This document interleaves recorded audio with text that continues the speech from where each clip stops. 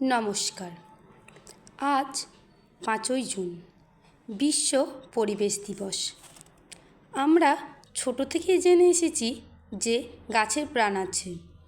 বিজ্ঞানী আচার্য জগদীশ চন্দ্র বসু বলেছেন, তা কিন্তু একেবারেই সত্য। আর গাছের প্রাণ আছে বলেই তো এত সুন্দর ফুল ফল আমাদের উপহার দিয়েছে। পৃথিবীর সব সুন্দরতম জিনিসের মধ্যে গাছ হলো একটি।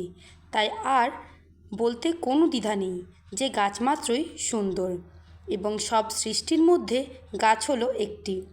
আজ গাছ আছে বলেই পরিবেশটা এত সুন্দর, কিন্তু দিন যত উন্নত হচ্ছে তত গাছের পরিমাণ একেবারেই কমে আসছে। জায়গার এতটাই ঘাটতি দেখা দিয়েছে যে গাছ বন কেটে প্রায় সব জায়গায় বাড়ি ঘর তৈরি হচ্ছে।